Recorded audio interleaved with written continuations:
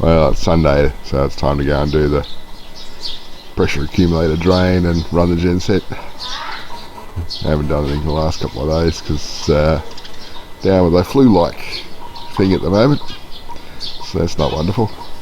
But when you live in a small, densely populated village, what's going around reaches everybody eventually. With no formal rubbish collection service, a burn pit like this is as good as it gets here. Recyclables do get recycled. People actually pay you for your recyclables. Chicken feed, but nonetheless it's payment.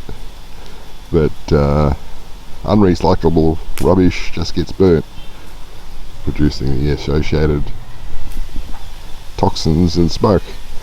The alternative is what we see along the road to Panambang, where people just dump their plastic bags of rubbish by the road, and it's not pretty.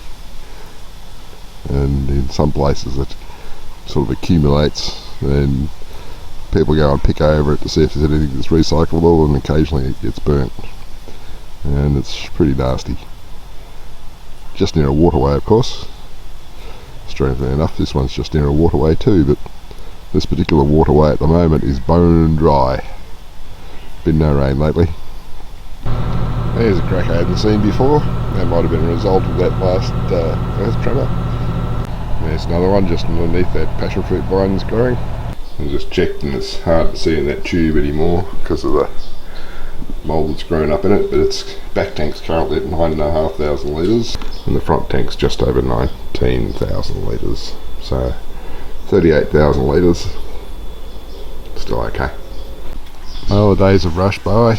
It's already Thursday morning and I'm feeling a bit better. When I was down here yesterday doing the draining of the pressure accumulator, which is a Wednesday ritual, I came down here to the burn pit. I saw that Danang's been cleaning up, so there's just a little bit left here now. I don't know where he took all the other residue, but rubbish tends to end up in places like drains, so probably need to go through that with a bucket and my reaching tool sometime or other and pick up stuff. The other bits and pieces from my hose fittings have come from Shopee, so I need to get Azra/Dadang here sometime or other to show them what I've got, hand wave to tell them what I want to do, and then see what other pipe fittings I've got to get from Panambang, because they'll need, well, I think that's the wrong size valve, so we'll need the valve the right size for putting on the other side of the wall up there, where the pipe that comes out that's designated for aquaponics in future, that's got a valve and then a pipe. What I want to do is put another T connection before that valve up to another valve, then going off to one of these guys, in fact this one. Then the hose will go up and around the cable that goes across to the house, where there'll be a T connector with the water coming from the shed going into the house and then into the back kitchen via the back patio from the one that goes down. So there's a bit of work to be done explaining that to them. I think I'll try and write it out and put it through Google Translate and see how we go with that. But reading's not a favourite pastime around here. I know Jubaedah tells me that if I give her something to read, she immediately feels sleepy. I don't think it's boredom, I think it's just unfamiliarity with reading makes it difficult. So she sees me reading stuff on the computer screen and is amazed at it. But oh well, there's different lifestyles. But yeah, so we We still get a sparrow in here occasionally. I saw one in here the other day, and I managed to upset it enough so that it actually went out. And it went out through the mesh at the top at the far end. From day one I thought that mesh was a little bit large. I needed to be a smaller size mesh. And I saw one go out through that, so I know now that's definitely got to have a smaller mesh laid over top of it. It's Friday morning, so it might be long before I upload a video, but I was watching I was watching a YouTube video in the lounge room, and I saw on the camera standing on the roof approaching that camera. I thought, aha, work is underway. I think he's doing more laps around that wire than necessary, but oh well, we'll see how it goes. I wonder if I'm going to get what I want. They just tacked on an additional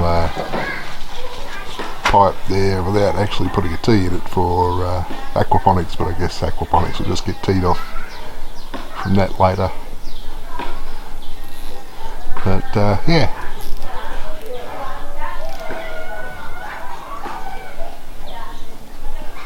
So this should work out okay. So we've got the hose wrapped around the cable so far, but then it's a matter of looping it over the thing a few more times, and then cutting it at that point when that power line comes down and putting a T in the hose. The tree there doesn't help a lot. It's a bit of production, but this is kind of what I envisage for them for wrapping the hose.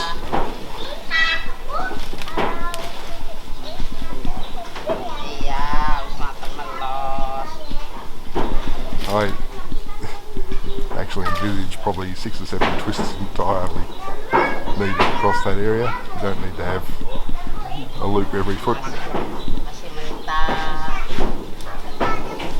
But all I can do is make my suggestions and then hope that they're understood.